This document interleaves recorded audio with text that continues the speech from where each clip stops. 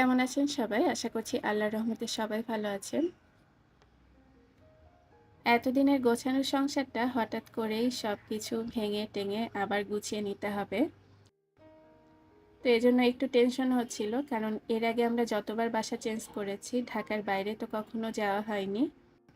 ট্রাকে করে সব জিনিসপত্র নিতে হবে, তো এজন্য সবকিছু গোছগাছ করতে হবে। এখানে দেখা যায় যে অনেক কিছু বস্তাতে ভরে যেভাবে আমরা প্যাকিং করি ওভাবে প্যাকিং করলে হয়ে যায়, তবে যেহেতু বাড়িতে নিতে হবে আর লং জার্নি করে যেতে হবে, সেজন্যই হচ্ছে সবকিছু অনেক স্ট্রংভাবে গোছগাছ করতে হবে, বিশেষ করে প্যাকিংগুলো, যাতে করে কোনোটা খুলে না যায়, কোনোটা ভেঙে না যায়, সেই বিষয়টাও মাথায় রাখতে হবে। তো এজন্য একটু টেনশন হচ্ছিল।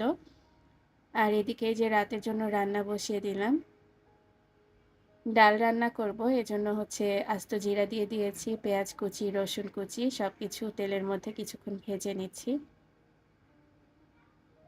ডালগুলোকে আগে থেকে ধুয়ে নিয়েছিলাম, কিছুক্ষণ ভিজিয়ে রেখে তারপরে চাল এবং ডাল এই সব আইটেমগুলো পরিষ্কার করলে খুব সুন্দরভাবে পরিষ্কার হয়ে যায়।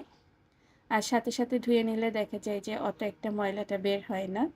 তো সময় বুঝে আসলে যখন সময় হাতে বেশি থাকে তখন দেখা যায় চাল ডাল কিছুক্ষণ ভিজিয়ে মিনিমাম 10 মিনিট ভিজিয়ে রেখে তারপরে ধুয়ে নেই। আর প্রেসার কুকারে ডাল রান্না করলে আমি দেখেছি যে এটাকে আলাদা করে কিন্তু ভিজিয়ে নেওয়া লাগে না। যেমন পাতিলে রান্না করলে আগে একটা সময় ছিল ডালগুলোকে 1 ঘন্টা কিংবা 2-3 ঘন্টা আগে ভিজিয়ে নিতাম। তো এখন হচ্ছে আর ভিজিয়ে নিতে হয় না, একবারে জাস্ট বসিয়ে দিলেই হয়। তো এই যে ডালগুলো দিয়ে এই মশলার সাথে বেশ কিছুক্ষণ ভেজে নিচ্ছি, আর পরিমাণ মতো কাঁচামরিচটা অ্যাড করে দিয়েছিলাম।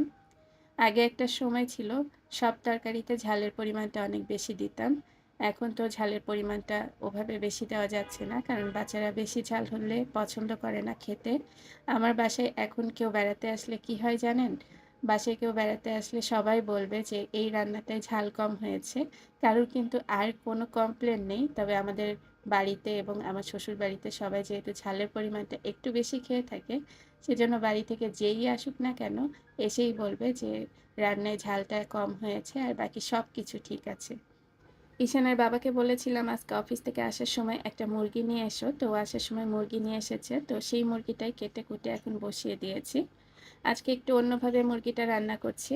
আগে থেকে মশলা দেইনি, মুরগিগুলোকে বেশ কিছুক্ষণ তেলের মধ্যে ভেজে নিয়েছি, তারপরে হচ্ছে অন্যান্য সব মশলা এক এক করে অ্যাড করে দিচ্ছি। প্রথমে লবণ হলুদ অ্যাড করে দিয়েছি। আসলে ব্রয়লারের মাংস যত সিস্টেম করেই রান্না করি না কেন, প্রথমে 1বার কি 2বার খেতে ভালো লাগে, তারপরে আর খেতে ভালো লাগে না। তো সেজন্যই হচ্ছে এক এক দিন দেখা যায় এক এক রেসিপি ফলো করে রান্নাটা করছি। আর বাচ্চাদের জন্য কয়েকদিন পর পরই মাংসটা রান্না করতে হয়, তো সেদিক বিবেচনায় ব্রয়লারের বিকল্প নেই, যতই আমরা জানি যে এর মধ্যে ক্ষতিকারক জিনিস থাকে, কিন্তু আসলে মাঝে মাঝে না কিনে পারাও যায় না। আর আমার বাসার এদিকটাতে যে বাজারটা আছে এখানে দেখা যায় যে একটু রাত হয়ে গেলে কিংবা সন্ধ্যার পরপরই অনেকদিন গরুর মাংস শেষ হয়ে যায়, ওই দিন আর পাওয়া যায় না। তা এখন হচ্ছে মুরগিটাকে বেশ কিছুক্ষণ ভেজে নিচ্ছি। ওদিকে আমার গলার অবস্থা খুবই খারাপ, ঠান্ডা লেগে গেছে। ঈশান ইশরা দুইজনেরই জ্বর, সেই সাথে আমারও ঠান্ডা লেগে গেছে। বাচ্চারা যেহেতু বেশিরভাগ সময় আমার কাছে থাকে, এজন্য ওদের জ্বর ঠান্ডা লাগলে সাথে আমিও কিন্তু অসুস্থ হয়ে পড়ি। আর আমি এমনিতেই ছোটোবেলা থেকে বেশ সেনসিটিভ, অ্যাজমার প্রবলেমটা আছে।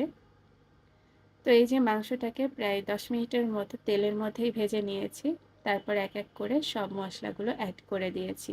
আমি আসলে চাচ্ছিলাম যে মাংস রান্নাটা একটু সহজ হোক আর সেই সাথে একটু শক্ত শক্ত হোক, কারণ ব্রয়লারের মাংসটা একটু শক্ত শক্ত করে রান্না না করলে আমার কাছে খেতে একদমই ভালো লাগে না। তেজপাতাটা অ্যাড করা হয়নি, এ পর্যায়ে এসে তেজপাতা অ্যাড করে দিয়েছি। আর মাংস রান্নার যত মশলা লাগে গরম মশলা সহ সব ধাপে ধাপে এর সঙ্গে অ্যাড করে দিয়েছি। গরম মশলাগুলো আজকে যে মশলাটা আমি বেটে নিয়েছি পেঁয়াজ রসুন জিরা ধনিয়া, ওইটার সঙ্গেই কিন্তু দিয়ে দিয়েছিলাম। আগে যখন দুইজন ছিলাম তখন বাসা চেঞ্জ করার সময় এত টেনশন লাগতো না। এখন বাচ্চারা হওয়ার পরে অনেক দিন তো আমরা বাসা চেঞ্জ করিনি, বলতে গেলে আমার বাচ্চাদের একদম ছোটবেলাটা এই বাসাতে কেটেছে, এর আগে ভিডিওতে আপনাদের সাথে শেয়ার করেছিলাম। তো এই যে মাংসটা খুব ভালোভাবে কষিয়ে নিয়েছি, এখন হচ্ছে প্রেসার কুকারের ঢাকনাটা লাগিয়ে হুইসেল দিয়ে নিচ্ছি। আজকে আমি ২টা হুইসেল দিয়েছি, আর বেশিরভাগ ব্রয়লারের মাংস কষিয়ে নেওয়ার পরে ১ থেকে ২টা হুইসেল দিয়ে নিলেই হয়ে যায়। মুরগির সাইজ যদি ২ কেজির উপরে হয় তাহলে দেখা যায় ২টা বাঁশি দেই, আর যদি ১ কেজি কিংবা ১.৫ কেজির মধ্যে হয় তাহলে একটা হুইসেল দিলেই রান্নাটা হয়ে যায়, তবে তার আগে ভালোভাবে কষিয়ে নিতে হবে।